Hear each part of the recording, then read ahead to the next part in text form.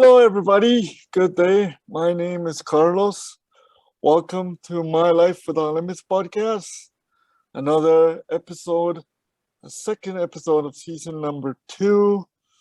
And once again, we have here my co-host Leah this day, and we have a wonderful guest that I will let Leah introduce to all of our audience. He's fantastic. And so, Leah, how are you doing today? I'm good. Thank you. Doing really good. Are you staying warm? How's the weather? Yes. Okay. Yeah. The reason why I ask is because I haven't been outside today. That's bad. Mhm. Should have been outside, but I just haven't been. You know what? It's still so icy everywhere. Like we've had so much ice this year that it's probably best for you to stay home because In the weekend, I was a little bit around a skating ring just to let the audience know because it was pretty bad outside, but it was fun. It's a lot of fun. But yeah, so glad to hear that you're doing well. Yeah. I'm doing well myself too. So Good. But we have a wonderful guest today on our season 2. We had a guest, a previous guest, which I hope you guys enjoyed it. Last release, which it was 2 Fridays ago? I think it was 2 Fridays ago. It was February 4th that was released. The first episode of season 2. And then before we introduce our wonderful guest, or I let Leah introduce our wonderful guest, I encourage our audience to stay until the end of the episode because we're going to talk about a little fundraiser going on, or a little activity. How do you call that, Leah? That what we had in our website now and in our Instagram promoting. We have a little something that we don't want to say it yet, but we have a little something that we want to let you know at the end of the episode. So please stay tuned at the end of the episode, and we'll let you know for sure. As long as we remember. I'll make sure I remember. I made a note in here. So but Leah, could you please introduce our wonderful guest, and so that our audience can know about who he is? Yes, absolutely. Very happy to introduce Adam, our new friend. He has a company that I discovered again on social media. They joined our parent support group and we're promoting a webinar they were doing. And I did a little dive into their website and I absolutely love it. And I'll give my reasons as we talk about it later, but I would like to introduce everybody to Adam. And Adam, would you please let us know a little bit about you and your company? Sure. So first, thanks for having me, guys. I'm so excited to be here and speaking with you today. This is going to be a lot of fun, and I have so much respect for the organization and what you guys do. So, thanks. Thank you for having me on here as well. Thank you. Yeah. So Adam Gryfe, I'm the co-founder and CEO of Evika.io. Evika.io is focused on producing multimedia educational content for people with disabilities and those who care for them. So in my life, I double as the chief operating officer for an assistive technology clinic in Toronto called the Assistive Technology Clinic. And I see every day people with very complex neuromuscular conditions, often progressive, and I found that there was a real gap in the way knowledge was disseminated through not just to the patients, but throughout the ecosystem. So to the clinicians, to the vendors, to the government agencies, to the parents, to spouses, to the clients themselves. It just seemed like knowledge was hard to come by, whether it was about technology or services or just general tips about living that life with a disability.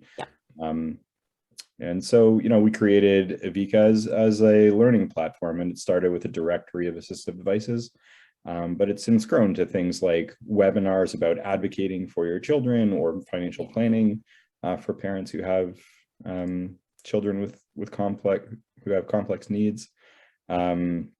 webinars, videos, articles written by professionals, just covering tips and tricks for living with a disability, and that's what we do. And we started in, I guess, 2018, so we've been at it for about 3.5 years now. Yeah, I love it. I was looking at the articles, and I just like how you guys, it's the lifestyle, right? And I think that like some of the articles, when you look, there was one about, just tips about spring cleaning for people with disabilities. And it's like, it's just a good reminder for us able-bodied people that, oh yeah, guess what?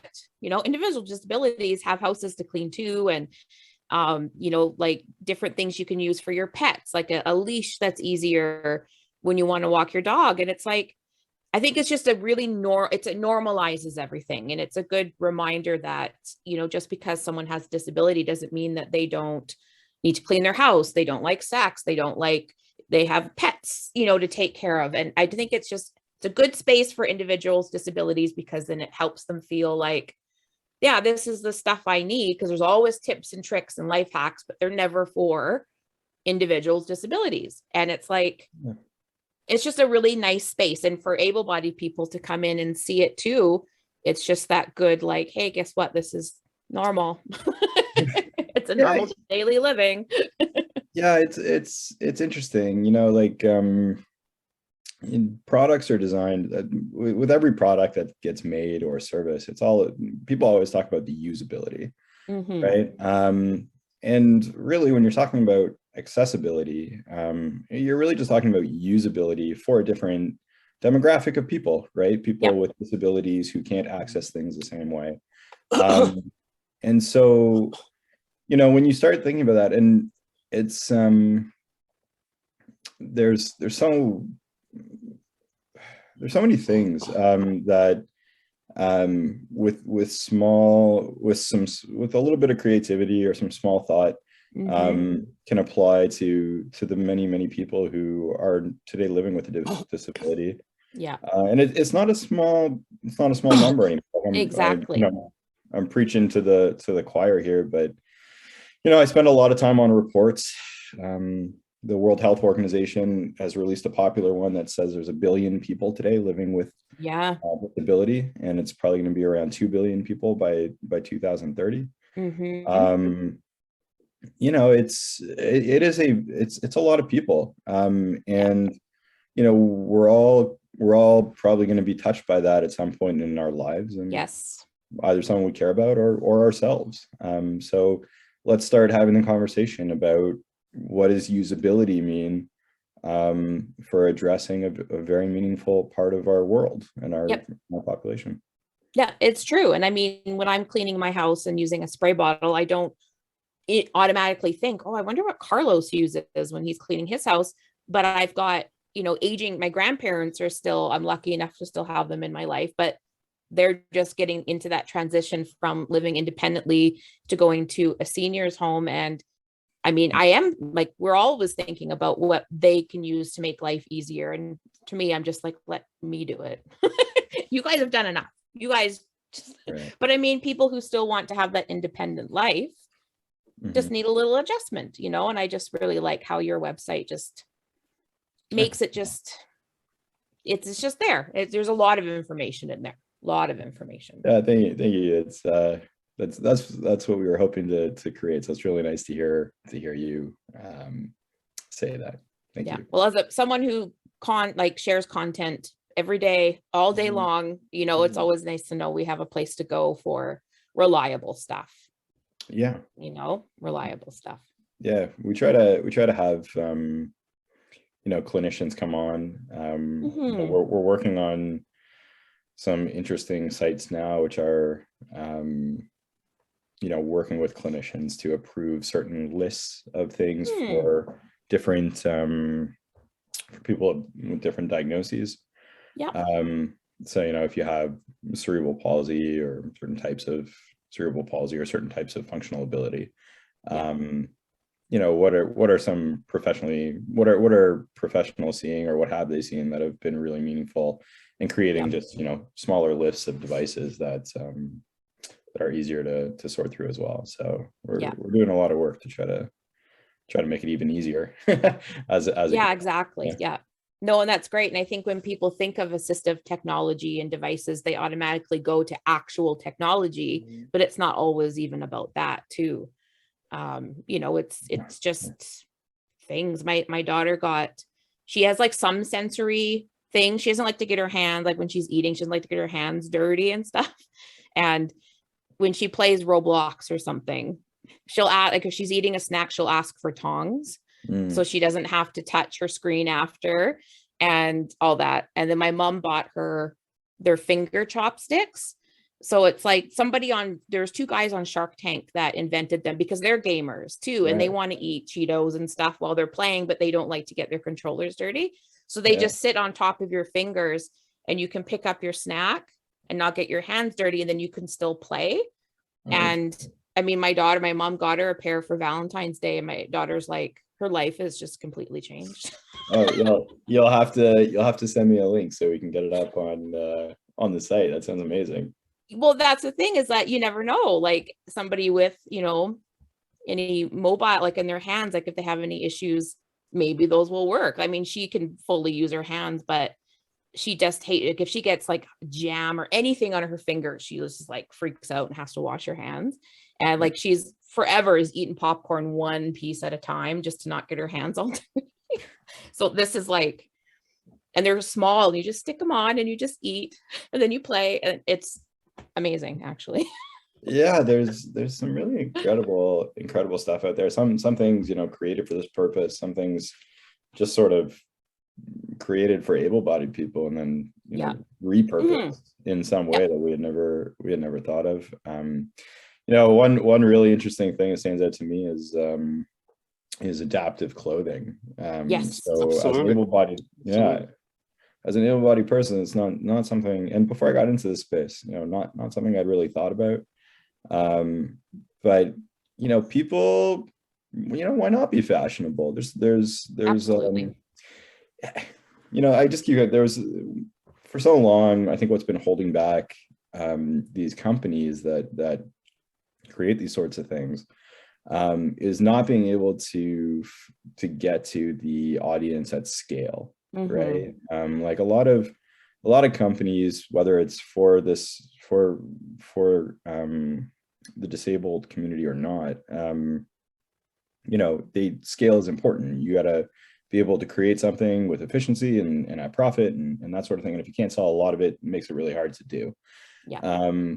So, you know, I think that these days, with the way that the internet has come together, I mean, you know, everyone can see now the effects of online shopping and being able to reach people through social media and being able to get the word out to people who were previously really difficult to reach. And you know, and I count Avika among those platforms who can get there. But you know, now clothing designers can look at this as a real business, and that's a really important thing for creating these products is being able to look at it as, this isn't just, you know, a small part of what we do, it is what we do, and we can make a good living doing that, and it also helps support, you know, a community that needs this sort of innovation. So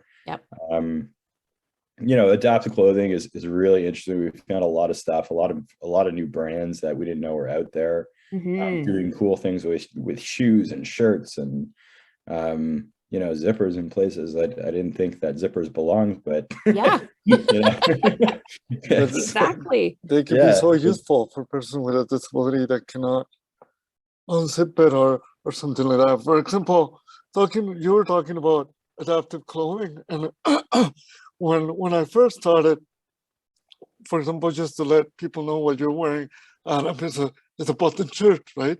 For me to wear a button shirt, if the buttons are small, it's so hard for me to put it on. So I'm like, I need something that you still want to look nice, you still want to look wonderful, but you can't really wear those type of things if you cannot unbutton it, because you cannot be with a shirt like that without being button, right? So it would be easier to make it like a little clicking button. And for the longest time, all the other nice nice long shirts were with buttons that were so small that you couldn't even Mhm. put it on, or they were so big that it wouldn't fit. It would take forever to fit it through the hole, right? So it's really interesting how clothing now is like changing to the point of like, okay, we need to make sure that everybody can wear it and everybody can use it, because even Yeah. if you become older, your hands end up becoming a little more hard to maneuver your clothing, right? And so Mhm. it's easy, it's great to see clothing more and more adapting for persons with disabilities, for sure, for sure. Yeah, you know, in buttons in particular, one really cool thing I saw, it's I think we have a few of them up on the site now from different brands, is actually magnet buttons. Mhm. Mhm. So they actually look like real buttons, but it's just magnets sitting behind them and in the shirt so that they, Yep. you know, come together really quickly and easily. Frankly, I want one. Yeah. I don't know why I spend time doing up my buttons in the morning Exactly. when I could just have a magnet The like time saver. yeah, I don't, you know, all kinds of stuff like that. That was a really cool one, actually. So Carlos, you just reminded me of that. Yeah, I think I Yeah. did saw that shirt actually on your website, and also my friend sent it to me a couple of days before I saw it on your website. He's like, "Look at this shirt! The guy's just able to put it on and put it off so easily. You should buy it." And I'm like, I think it's a great idea to just Yeah. now the next big invention should be putting socks easier, because it's Oh hard yeah. it's hard to put socks right now for persons with disabilities like myself. I mean, Leah, how many times I talked to you about having difficulty putting socks on, right? Well, and that's what And you always found, like when you would do a presentation at a school with kids, that was the one thing that you could kind of make it relatable for the kids, is that you would say, like, it takes me 7 minutes to put my socks put on, my socks on. and it takes me this long. And you didn't start dressing yourself until you were a certain age. And I think because kids are able to kind of understand that better. But yeah, you would always talk about, and even me coming to pick you up for a presentation, and you don't have your jacket or your shoes on yet, that, yeah, I'm standing there. Just standing there, Carlos, we have to go. we're running late. We have to, yeah, and have been, yeah.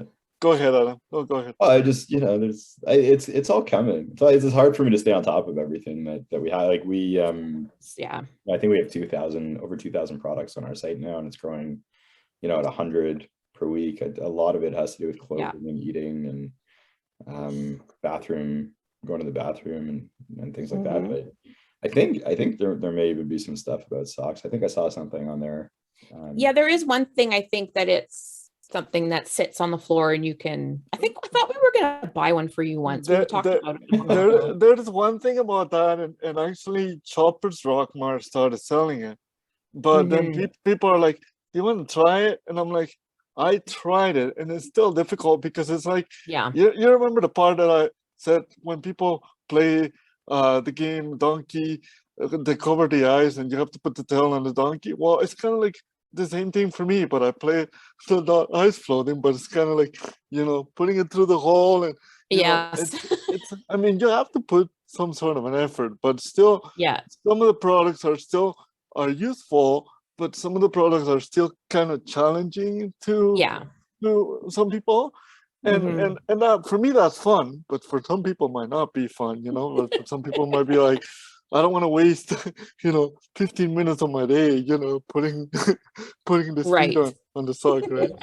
That's really important to know too, though, right? Like people need to know the ones that are difficult to use. Some of the stuff that's coming out now is almost science fiction. Like, I mean, we're looking at things like exoskeletons and brain control interface that read electrical signals in the mind to generate speech and things like crazy, like really things that come out of science fiction and that are amazing pieces of technology.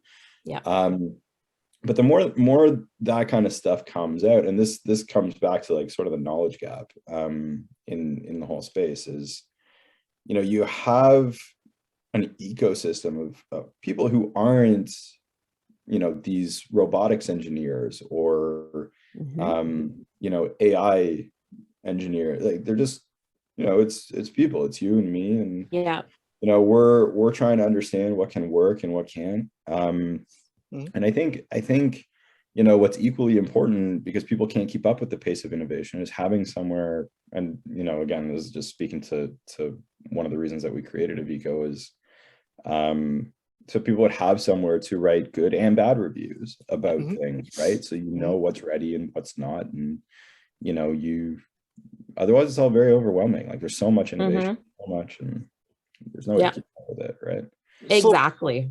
So what my understanding from what you're saying, Adam, is that you like when people write good and bad reviews, and I'm guessing you take more out of the bad reviews, so then you can, correct me if I'm wrong, but you can take probably more of the bad reviews, so then you can improve. Well, as long as people are not being a pain in the hole, to don't say the other word, but a pain in the hole of being like nice about it, to say, you know what, I don't like this product because this and this and this and this. So you can take something out of it and say, okay, to your helpers or to your technicians, saying, okay, we need to improve on this, or we need to look for this, or we need to, that's what I'm thinking.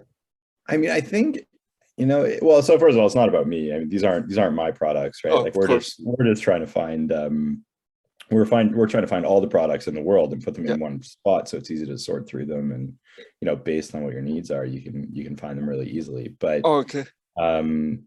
and we have lists of vendors where you can go to buy them, and that's part of the information sharing that we're trying to create. But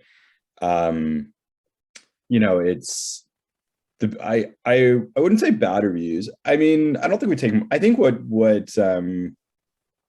hopefully manufacturers are checking our site about what people are saying about their product as well, right? Okay, that's good. And so I would say the constructive reviews are probably the most valuable ones. That can be good or bad, but constructive, I think, is kind of what we're going for, so that people can really share the value that they got out of these things. Or if they had an issue, that they can articulate it in some way, that the manufacturer might be able, if they were looking at our site and saw a quote unquote bad review, that they could do something with it to improve the product, right? So, saying this sucks, or, this doesn't work for me. I mean, it's if there's a lot of that, then it's good for the audience to see that, because they know it's maybe a difficult product to use. But an even better review would be, this is bad because of this experience I had, right? That's the kind of thing that I would say is. So make it, as you said, make it constructive, and not make it all like just throwing it out there. And I can be a good reviewer if you guys want to, I can be a that's true. Constructive reviewer. I use a lot of equipment, well, or clothing, because I live alone. Just for Adam to know, I live alone, and so I have to manage a lot of things. I have to manage. People are like, oh, if you get a helper to help you clean, and I'm like, yes, I do, but she comes every 2 weeks, and it's a friend of mine, right? And but if it falls on the floor and I can't really go down, I need to find products that that helps going down, or going to. Now that I know about your website, and we've been knowing that for about 2 weeks now you're able to see all the products that are out there that are able to be helpful for a person like myself, for example, who might be hard to go down the floor and clean up some of the mess that I do probably daily when I'm cooking. It's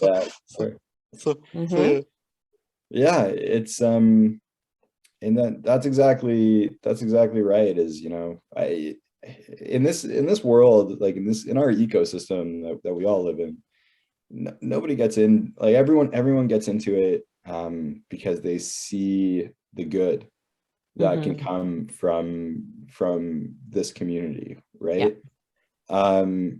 And it's important to remember, like there's a lot of conversation. I see a lot of this. I'm on social media all the time looking at what people are saying about devices, and there's a lot of conversation about how expensive these devices are. I mean, that's true, right? And especially because for a lot of people in this world, there's an inability to earn as much income as maybe they could have as an able-bodied person. but I don't know. Like, yeah, it is expensive. I wish all the Yeah. equipment was less expensive, right? Yeah. But I don't know what to say to the manufacturers. Like, this all comes back to the business of it, right? And if they can't make Yeah. money, then these products won't exist at all. And Exactly. there's this constant struggle there. But I do believe that everyone gets into it with really good intentions, and if the users of the products come to the table with ideas that are meaningful to their lives, I believe very strongly that the manufacturers will respond well to that. And I also believe that they're doing their best to make these products as affordable as possible. As are government agencies and vendors who are all working together to fund them. So anyway, and that's great to hear, because honestly, I think this is a good topic to hear, because I used to believe that, or I used to think before I hear your answer and before I hear other people's answers, that a lot of the products that are coming out with innovations and accessibility and inclusion are not that affordable for some persons with disabilities, right?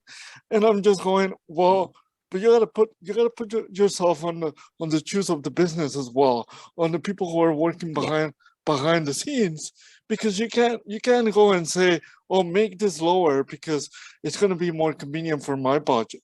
I cannot do that, and half of those people cannot do that because they're doing their best they can, as you just said, to make the product as inclusive and as available as possible, right? I think that there's other topics that could be addressed. I'm not going to address it here, but there's other topics that could be addressed of bringing persons with disabilities to a higher way of getting paid even more, better, right? But that's other topics that are in a different topic, in a different area.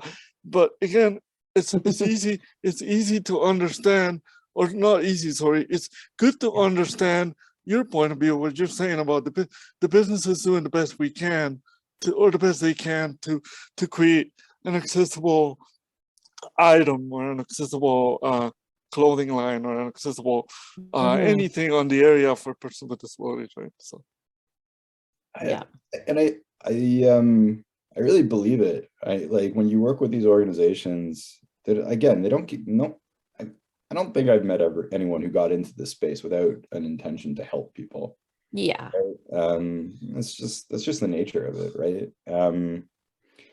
And they carry that with them. Everyone carries that with them. And the government agencies too, who are trying to create programs to help support people with disabilities. They have a social mandate, literally, so they have to. They obviously care and are doing what they can. Yeah. But for me, it just keeps coming back to this knowledge. The faster, like, there's so many opportunities now. And actually, Carlos, like, you don't want to talk about this now, but I do. Yay. Go ahead. Creating new work opportunities for people with disabilities is now, the pandemic had a terrible effect on our world. There's a few things that have come to light over the last 2 years that we never would have seen previously. And frankly, a lot of that is people staying in their homes, able-bodied people staying in their homes, being restricted from certain activities, understanding what kind of innovation needs to happen in order to make it accessible to them from the home. And that's created this mainstream movement of making work I'm going to stay away from accessible and say that it's usable. Yes. For people who are confined to home. Yeah. Right. Yeah. And I think there are new opportunities now. Of course. To increase the level of income for people with disabilities. Absolutely. I mean, then you get into other issues, like some people rely on certain funding programs they don't qualify that if they make too much money. I mean, we've seen exactly. about that as well. It's a vicious cycle. It is. Everyone needs to be having the same conversations. Yeah. Everyone's having different conversations. It's all very siloed, right? Yeah. And so, I think the first thing that has to happen is closing this gap of knowledge and information and conversation, and making sure that people are all, if everyone's speaking about the same things, then we're all moving in the same direction. Yeah. And that's a really ambitious thing to say, but I hope that we can roll on that. No, I know. no worries at all. Yeah. I'm glad you brought it up, because it is very important to. I always keep advocating about having a potential better work possibilities for persons with disabilities. I'm a big advocate about that. But sometimes we need to bite our tongues, or sometimes I feel like I need to bite our tongues, because I believe that it's kind of you don't want to.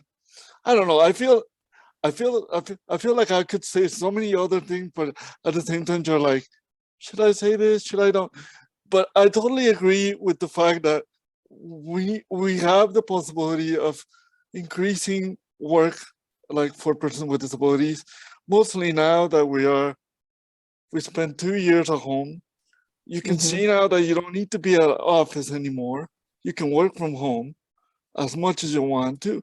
And as so many of us used to say in the organization here with cerebral palsy, if you see a person with a disability like myself or any other, usually we're going to work harder than I don't want to say the average person, because every person is different, but like a person who doesn't have a disability, because we want to, in my experience, we want to prove ourselves that we can do it even more so, right?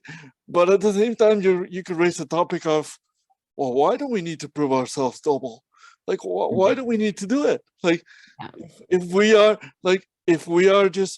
want to be treated the same way as everybody else, why do we need to put the double effort? But it's true. The majority of persons with disabilities work the double effort. So if that's the case, because it is the case, then that should be a big, huge, like, number for a company to say, oh, you know what? I'm going to hire 50% or 60% of individuals with disabilities to work on my company, because they would do it. Right? They won't quit right away, or they won't make excuses of like, oh, I can't come to work today because I just don't feel like it. Right? You know what I mean? So is that correct? Did I explain myself? I think so. Okay. Yeah, but even more than that, I think, the way that remote job postings are now, and this might be naive of me. I don't know. Maybe it's naive. But I think there's an opportunity now for, like, I could see a situation where a company puts up a job posting for remote work, writing, video editing, anything sort of that sits behind a computer and that people are skilled in. And the application, like, I think there's a world where that company, if they have a number of these postings, maybe hire a majority of disabled people who apply without even knowing that's the case, right? And like, that's kind of what I, again, naively, think we should be striving for, is that integration into everyday living without thinking about it. I completely agree. Right. I have some thoughts, and for whoever is listening to this podcast, I guess enjoy it. If someone can make something of this, then great. I use takeout food as a great example, right? Or delivery. One thing that the pandemic created for us is this experience of being able to bring basically any food from any restaurant in your vicinity to your home. Yeah. Right. There was a time when fancy restaurants would never consider this sort of thing. Exactly. And that meant that if you couldn't go to their restaurant, you couldn't experience something special that they were doing. That's not the case anymore. But I think, we could take that one step further, and takeout containers could be designed in a way that are more user friendly for people with disabilities, right, out of the box. So you're not struggling to take off that tinfoil and or dropping food out of the styrofoam, or things of that nature. I think, and I think that's useful for everyone. Yeah. Right. So absolutely. So, design that takeout container in a way that is usable and less costly than what it currently exists. Everyone buys it, and all of a sudden you don't have to think about making something, usable for someone with a disability. That's just the way things are designed. Yep. Exactly. And you never know how it will, like, I came across a video today from Comedy Central, and I posted it to our, and I thought I was hilarious. You did. Into our Microsoft Teams, our organization. We like to post things to keep the morale up. And it was like about an office. It was a skit, of course, not real, who moved to working from a pool because it was, it was just more relaxing. And, they tried to do all these different ways of remote working, but they found that working from a pool was better. And then they had floaty devices, and they had to hire a lifeguard. And then there was extension cords running into the pool. So I posted it because we're renovating our Calgary office. So I posted it and said, ooh, our renovations aren't going so well, so we have to move to this pool. And then Carlos commented and was like, well, actually, that would be great. Actually, it would be great. Him, yeah, it would be awesome, because his, we all know, anybody with CP, you go into water, you feel free and you're relaxed, and you're relaxed. You can move your legs. You can move your legs. You can walk without support of any kind, because you can stand up. So I was like, can I move my office to the pool now? Like, because like it's better for me, for sure. I posted as a joke, but then Carlos is like, no, really though. No, it's actually not a joke. It would be awesome. You can count me in too. I'm with Carlos. I wanna work there. Yeah, just don't do what the one girl did. I think she must have been making her lunch, and she had a toaster in the pool. And when the lifeguard went in to help her, everybody unfortunately perished. And then the CEO walked in and went, "Oh, that's not good." Maybe mobile devices only. Maybe mobile devices only in the pool. We'll call it like, and maybe we have to do a little bit extra to make sure the iPhones are waterproof. Waterproof. Exactly. Worth it. It's worth it. Totally worth it. Yeah. So especially when I'm looking out at all this snow and ice. Yes, right? Yes. Exactly. Go into the hot tub and oh, there's a hot tub now? You didn't even tell me. You didn't tell me about the hot tub. They didn't show one, but I'm thinking that they should add one. Yeah, I'm pretty sure they fit in the steam room. Yeah, could make it. They had plastic on their laptops. It's funny. That's great. I enjoyed it. I'll have to check that out after. It was funny. I thought it was funny. I'm like, should I post it? I'm like, yeah, I'm gonna post it. Everybody can see it. Yeah, and it's interesting with the delivery and stuff too. I was watching TikToks, and there was a girl who works for Instacart, and they're told not to go into people's homes, right? Safety reasons. You don't go into their homes. And she was making a delivery, and the person said, "Can you please bring it in and put it on the table?" And she was like, "I can't. I'm not." And she's like, "But I have a disability. Can you please?" But the girl was like, "I don't know what to do." And then there was another girl, which was interesting to come across, who same thing, worked for Instacart, made a delivery, made the decision that, okay, she was going to bring it into the house, and ended up finding that there was somebody there who was really struggling. And then she contacted the person's family, and they went and checked on them and realized that, wow, that they really needed help. And then I thought, like, what do you do in those situations? Like about how it's really opened up. Yeah.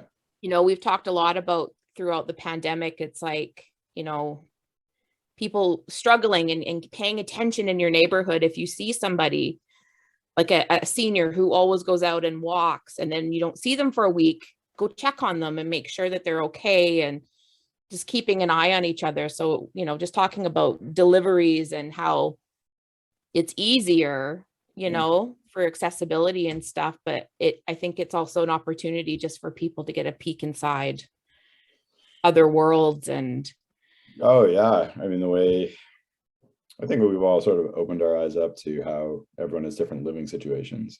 Yeah.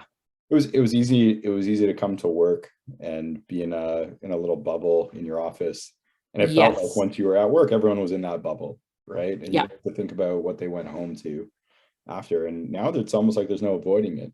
Yes, Right? that's right. Yeah. Yeah, that's it. Yeah, that's absolutely true. You know, when I'm on a Zoom call and my daughter jumps on my lap, I mean, everyone knows that that's my life, right? That's the way it is. Yeah, my cat almost made her way over here, and I was like, who cares? If she does, oh well.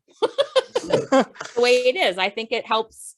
I think it's good. It's made everybody sort of let go of worrying about the presentation of everything. And I mean, yes, we're trying to have a professional podcast, but at the same time, we like the fact that we're not completely polished. We like that fact because it's real. It's just more real. I'm glad I couldn't have made it onto the show if that were the case. So. Right? You wouldn't have had me here. Yeah. No worries there. Yeah. There's still a lot of ground to cover. A lot of things I say are big, and I keep coming back to naive. Relative to the people who live with this every day. I've been in this world for a few years, and it's not. I think that I still have a lot to learn about it. But that comes back. Frankly, I think everyone has a lot to learn, and that's the core, right? Exactly.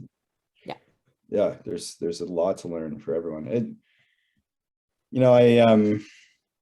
We spoke to a lot of people, before we started Evika, and we found that people would wake up in a hospital after some sort of catastrophic event, and they would say they were at the mercy of, like, I don't know, they would use words like they're at the mercy or they were helpless, at the mercy of the therapist that was helping them in the hospital, or the vendors who were coming in to talk to them about their wheelchair options, right? And to me, the words mercy, like at the mercy or helpless, and therapist or care provider in general you should never feel those competing interests, right? And it was kind of similar to how people used to talk about going in and buying a car, right? 30 years ago, you'd go to a car dealership and you were making this huge purchase. It was a big part of your life. You're spending a lot of money, and you're at the mercy of the guy who knows more than you, right? Right. You walk in there, and that's where this idea of the car salesman came in. They could say whatever they wanted. There was this power dynamic that was created by a lack of information, and for whatever reason, that just seemed to have made its way into this ecosystem of disabled products and services.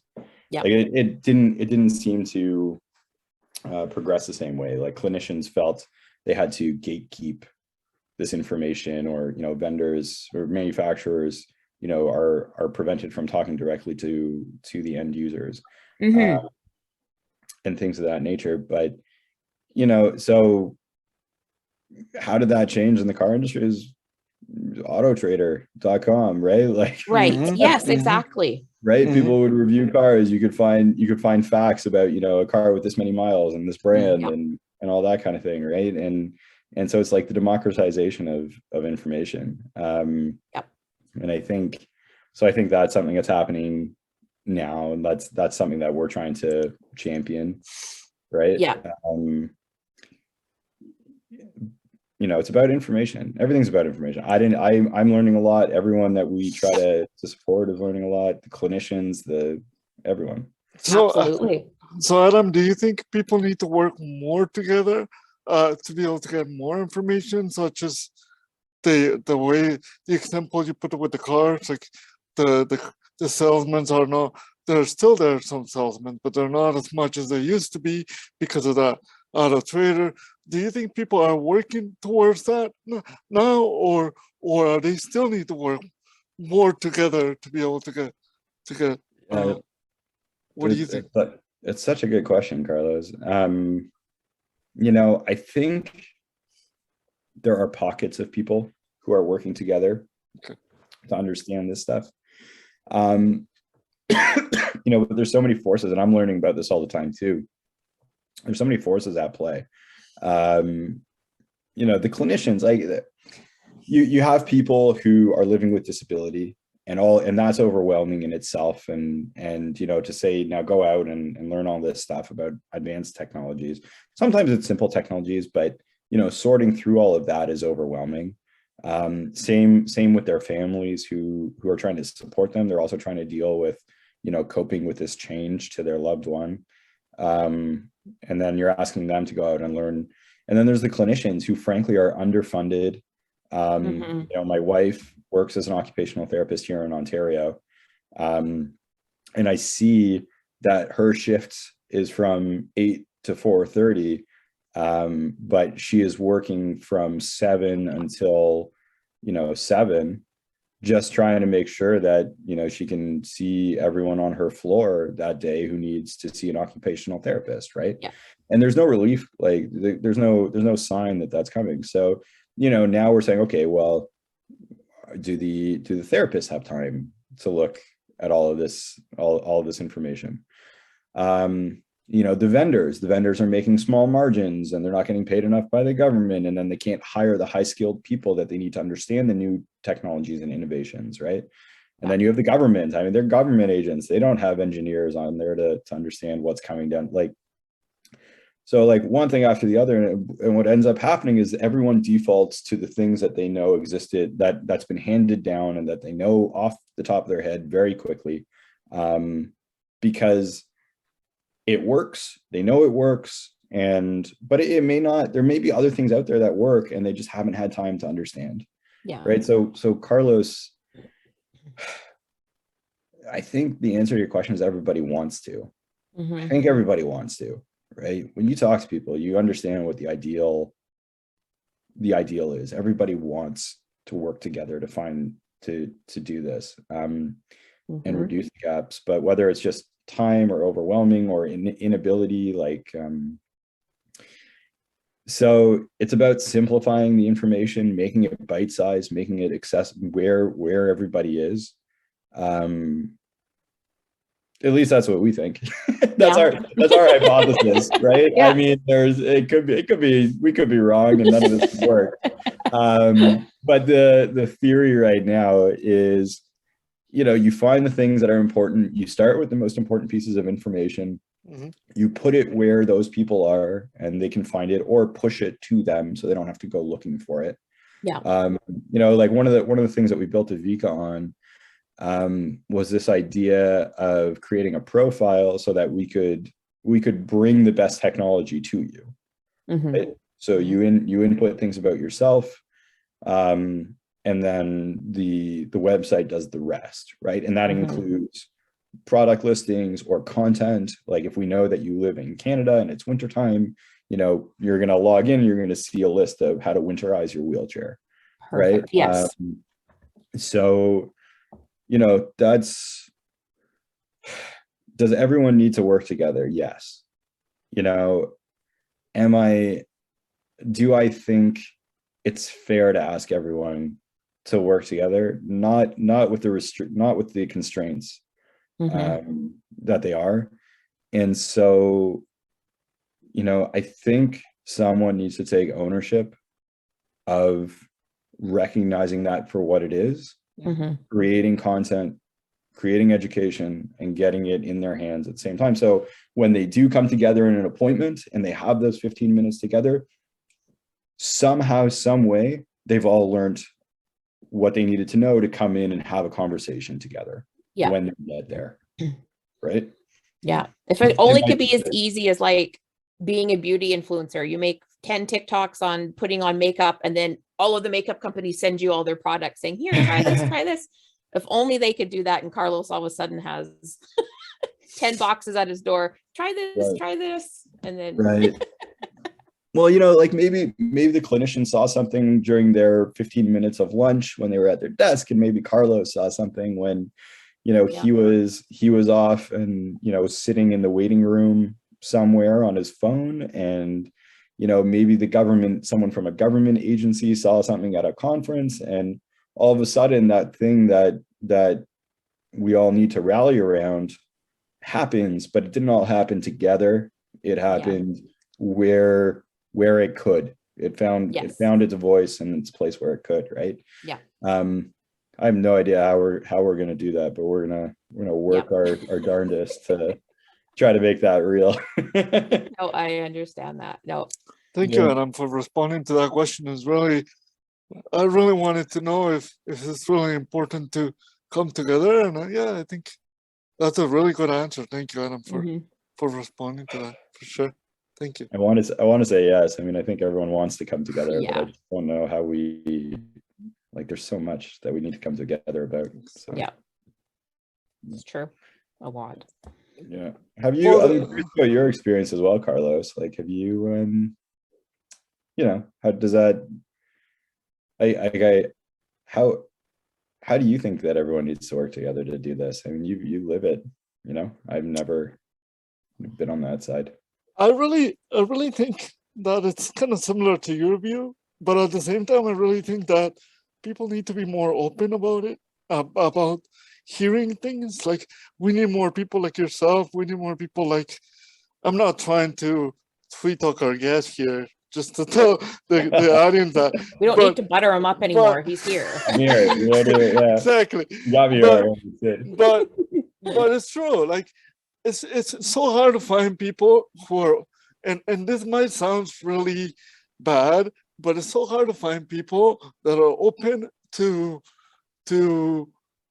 be helpful to persons with disabilities. It's tough because it's becoming, in my opinion, it might sound bad again, and I hope I don't get in trouble, but this world is becoming a little bit selfish. I feel like this world is becoming a little bit selfish. And I think that, and I've seen it in all different aspects, because I've seen it when you go to bars.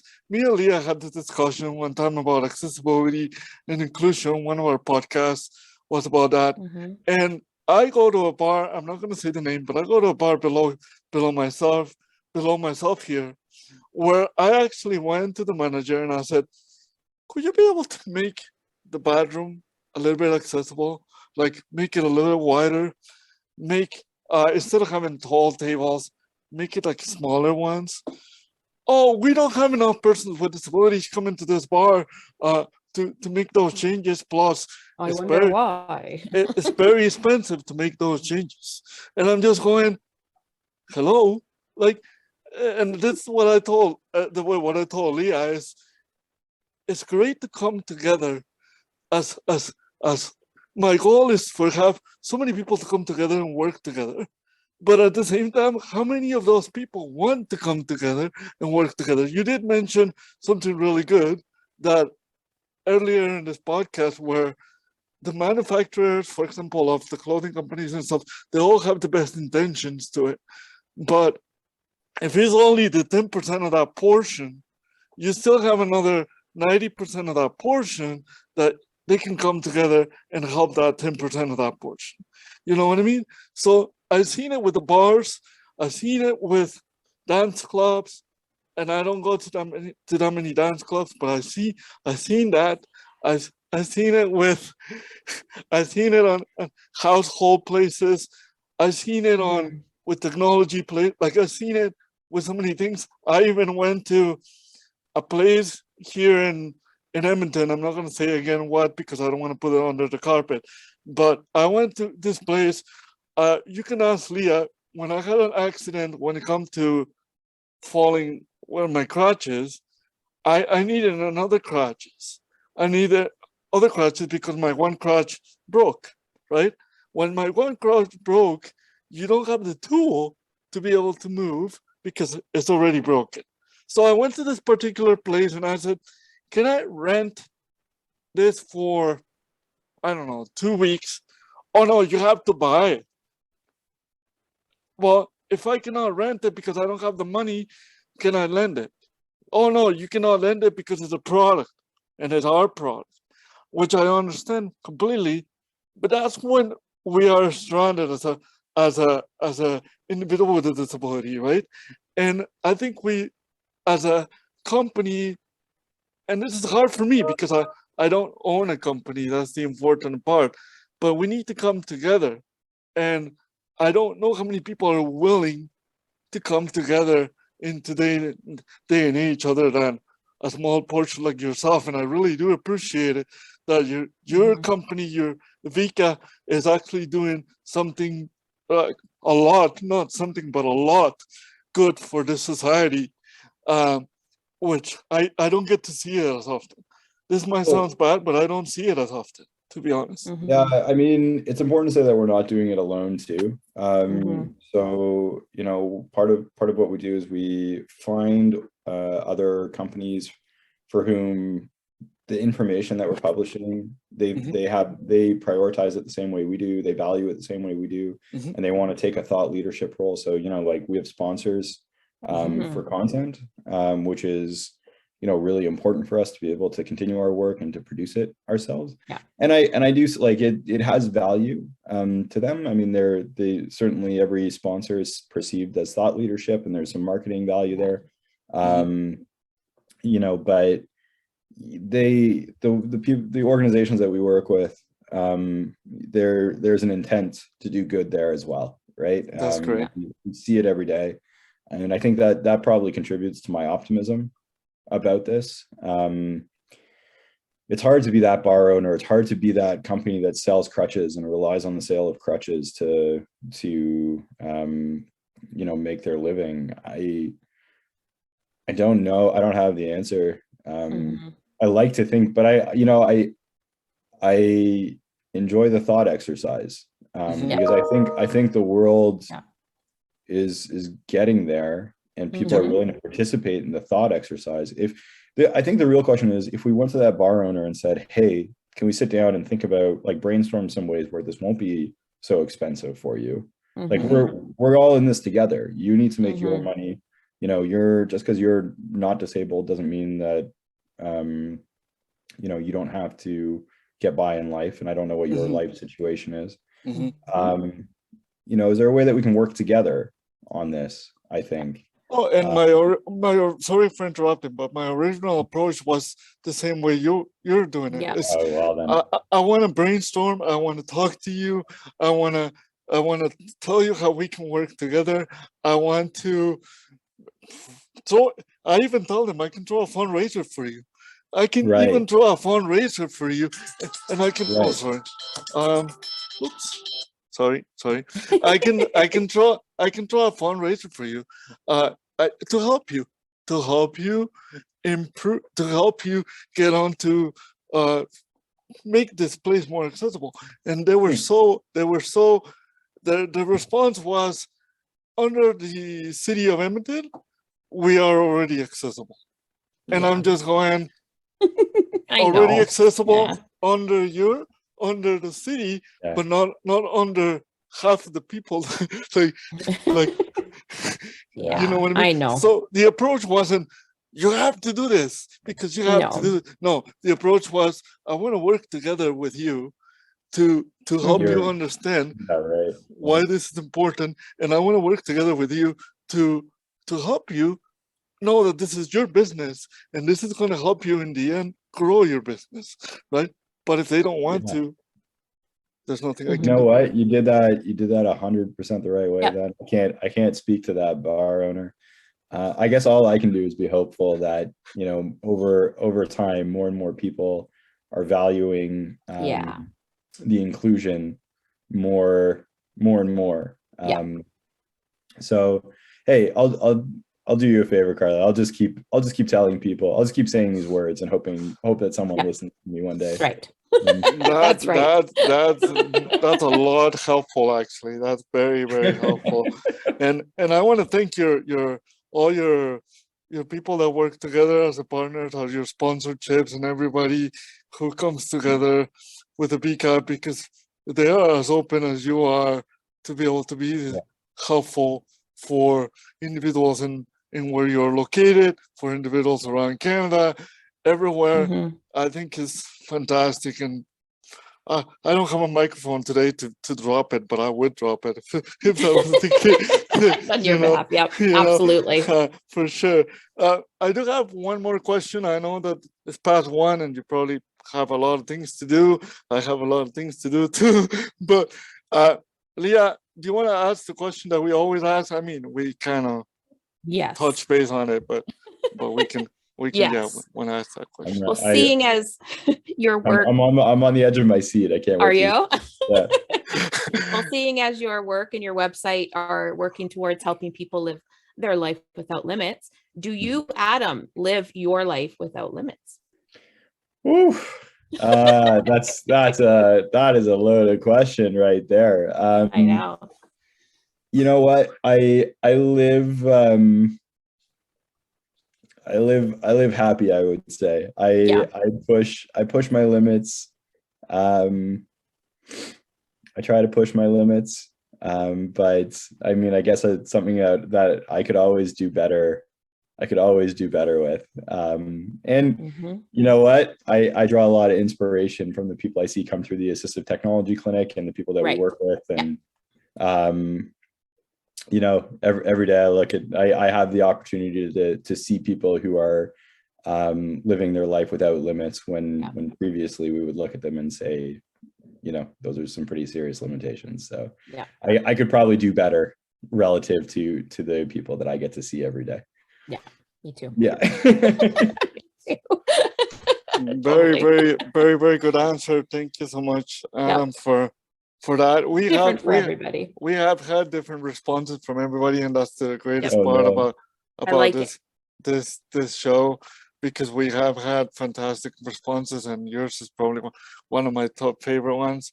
But it's true. It's very, very true. We all live our life without limits the way we can. And so thank you so much. Leah, do you have any more questions? Responses? Nope. I don't think so. It's been, Adam, do you have any more more comments? Because I don't think it will be the last one. I think I'm going to go back through all of your podcasts to see how people answer that question now. I know, right? Yeah. It's always different. Yeah, I love it. You're more than welcome to. Yes, we encourage you to. I think I need to. I think it's going to be a compulsion now to go through them. And if you do have some feedback, we always ask our guests if they have some feedback for improving our podcast, for making it better, for ourselves, for our organization, for our producer, which is Cerebral Palsy Alberta, and for ourselves, for me and Leah. Just let us know. Feel free to let us know. It doesn't have to be today. It could be whenever you get a chance to, and just let us know. Constructive criticism, just as we love it, you know. As Leah said one time, make sure there's good thing to say and make sure there's a constructive a sandwich, a compliment sandwich. A compliment sandwich.